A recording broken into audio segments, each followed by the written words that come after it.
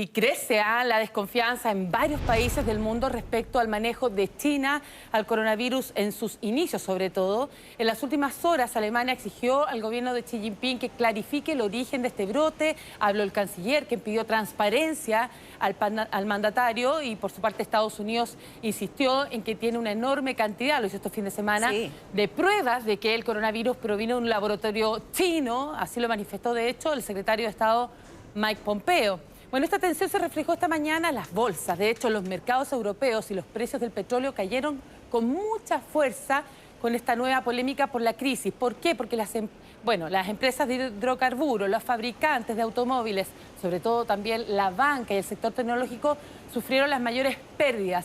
¿Cuál ha sido el mayor temor? Que Estados Unidos y China vuelvan a enfrentar una guerra comercial, porque recordemos que la semana pasada Trump había amenazado con imponer aranceles al gigante asiático si no informaba con transparencia lo ocurrido con el COVID-19, y ahora se sumó Pompeo asegurando que hay, como les decía, una cantidad significativa de pruebas de que el nuevo brote surgió de un laboratorio ahí en China. Así, poco a poco, hay más voces que apuntan contra Beijing por ocultar información sensible que podría haber evitado en definitiva la pandemia. La respuesta hasta el momento de China ha sido una retórica bastante dura. El portavoz de la Cancillería lo calificó como una demanda frívola y sobre todo dice que eso invita al ridículo. Sí, y hace algunos momentos se le preguntaba también a la Organización Mundial de la Salud, que decía que Estados Unidos no ha entregado al menos a esa organización ningún tipo de prueba ni antecedente como para demostrar que efectivamente hubiese sido lo que Estados Unidos acusa, ¿no? Y que esto fue parte de una prueba que se hacía en un laboratorio de ese país. Exacto. ¿Qué pasa con Brasil? Logró un récord, pero este es un récord bastante lamentable a nivel latinoamericano. Superó los 7.000 muertos y los 100.000 contagios por coronavirus, pero al parecer el escenario es aún peor. Hay numerosos especialistas que consideran que el total de casos confirmados es 15 veces inferior a la realidad, porque solo los pacientes graves son sometidos en Brasil a test de detección de la enfermedad. De hecho, dicen que si eso es real, superaría a los Estados Unidos. Además, se espera un agravamiento de la crisis sanitaria, pues el pic de la pandemia está previsto que llegue en las próximas semanas, con los sistemas de salud pública de algunos estados ya colapsados ante el crecimiento exponencial de estos casos. En medio de esta situación, ahí vemos al presidente Jair Bolsonaro celebrando una nueva concentración de cientos de sus seguidores ahí afuera del Palacio Presidencial en Brasilia. El mandatario criticó incluso una vez más la postura de algunos gobernadores por el confinamiento. Dijo que es irresponsable, inadmisible, pues se están destruyendo los empleos y eso se pagará muy caro en el futuro. Escuchemos parte de sus declaraciones. Usted sabe que el pueblo está con nosotros. Las Fuerzas Armadas están del lado de la ley, del orden, de la democracia y la libertad. Sigamos adelante. Le ruego a Dios que no tengamos problemas esta semana porque hemos alcanzado el límite. No hay más conversación en el futuro, solo exigiremos, haremos cumplir la Constitución, se cumplirá a cualquier precio. Marian, esto en medio de una confrontación nuevamente con el Poder Judicial, ¿no? Esto tiene que ver con una manifestación en contra de decisiones del Tribunal Supremo a raíz de lo que sucedió en días anteriores, recordemos, con la salida de su ministro de Justicia, de Sergio Moro, y la apertura de una investigación para determinar si efectivamente el mandatario hizo una injerencia indebida en la Policía Federal de ese país. Exactamente, de hecho Sergio Moro tuvo que declarar varias horas durante el fin de semana respecto a este caso, y además ahora Bolsonaro ha dado otro nombre para dirigir la policía a raíz de eso. Y lo que veíamos recién son imágenes de una proyección sobre la estatua del Cristo Redentor ahí en el Corcovado, en Río de Janeiro.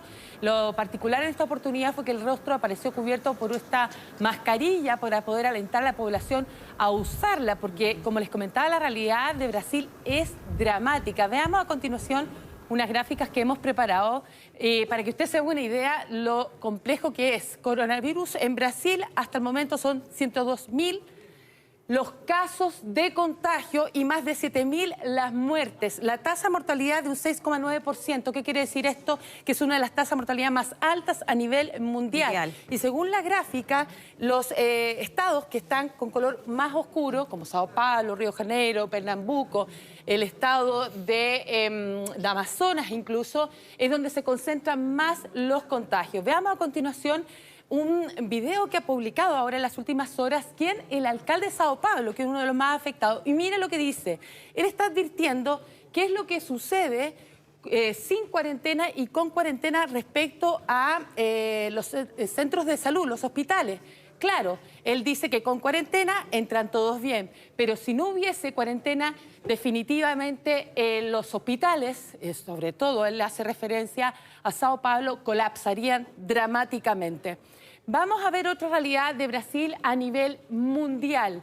Brasil, escuche bien, es el 7º país en el mundo en relación al número de fallecidos. Incluso en las últimas horas superó a Alemania. Estados Unidos, de hecho, ahora ya superó los 69.000.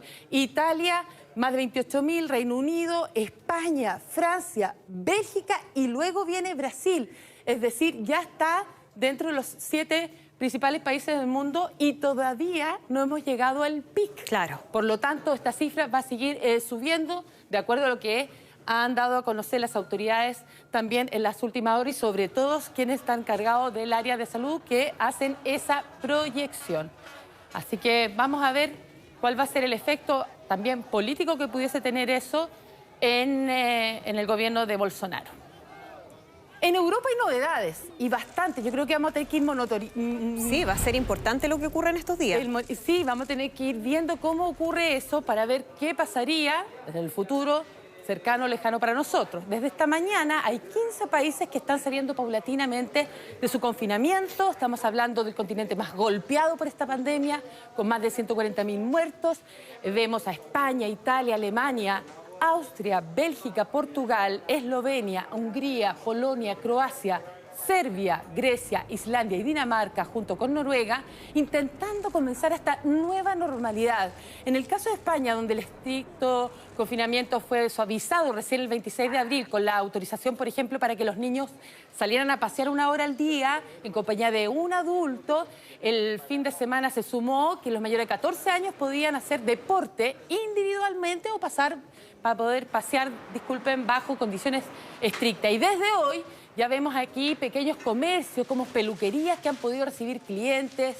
Los bares y los restaurantes funcionan, sí, pero solo venden la comida para llevar. Y todos deben utilizar mascarillas, sobre todo utilizando los transportes públicos.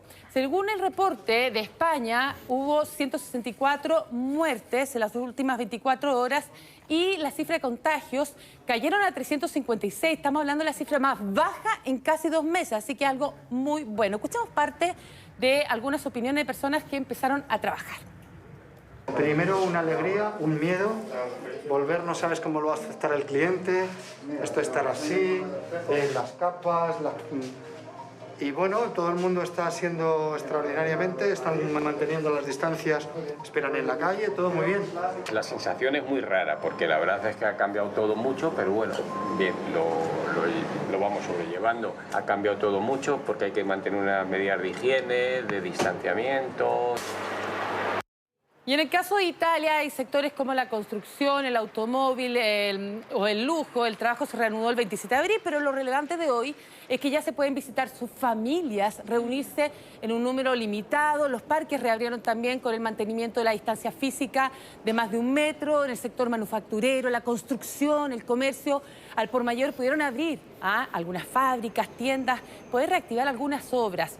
Bares y restaurantes, lo mismo que España, venden solamente comida para llevar. En París, la capital de Francia, las principales esculturas lucen desde ayer con mascarilla para hacer un llamado de atención a la población a lo largo de ahí de la explanada del Trocadero, al otro lado del Sena. Desde la Torre Eiffel, las estatuas llevan estas máscaras, mientras la ciudad generalmente llena de turistas permanece prácticamente en silencio. Las autoridades francesas dijeron que el país facilitaría gradualmente las medidas de confinamiento a partir del 11 de mayo, casi 2 meses después de que esta comenzara, siempre y cuando las cifras, tanto de contagios como de muertes, no vayan en aumento.